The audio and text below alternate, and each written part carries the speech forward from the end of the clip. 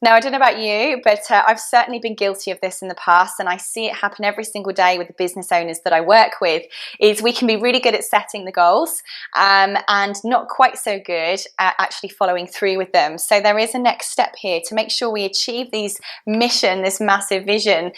We have to look at the strategic objectives and then break it down into the individual tasks involved. So one of the best ways I've found to make this work for us as best as we can is to actually work backwards.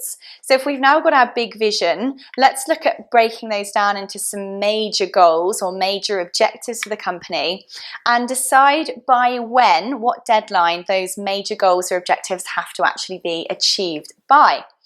Once we've got the when they have to be achieved by, what we can do then is start working out how we can break that down into delivery. So for instance, if it may be to achieve a certain number of customers, by giving it a deadline, we can then go down into the next level of, well, then how many customers do we have to get in front of? How many customers do we actually have to physically see? How many quotes do we have to hand out? How many of those quotes do we have to convert?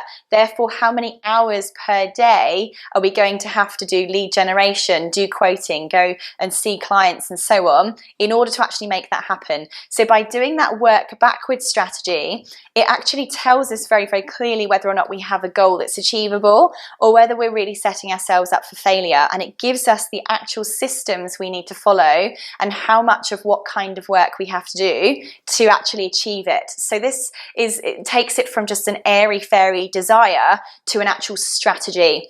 And it's only when we start strategizing that we get results. So this is so important. So I'd like to take a look at some of the goals you've written down in your business plan already, and now do a tiny bit of work backwards on that for the next 6 to 12 months and sort of go, right, well, what do I have to do on a daily, weekly, monthly and quarterly basis in order to actually make sure that happens? Because then we might have a bit of a better idea as to whether we're setting ourselves up for success or for failure, or whether we're even undervaluing our ability. Perhaps we can be pushing that bar actually a tiny bit higher.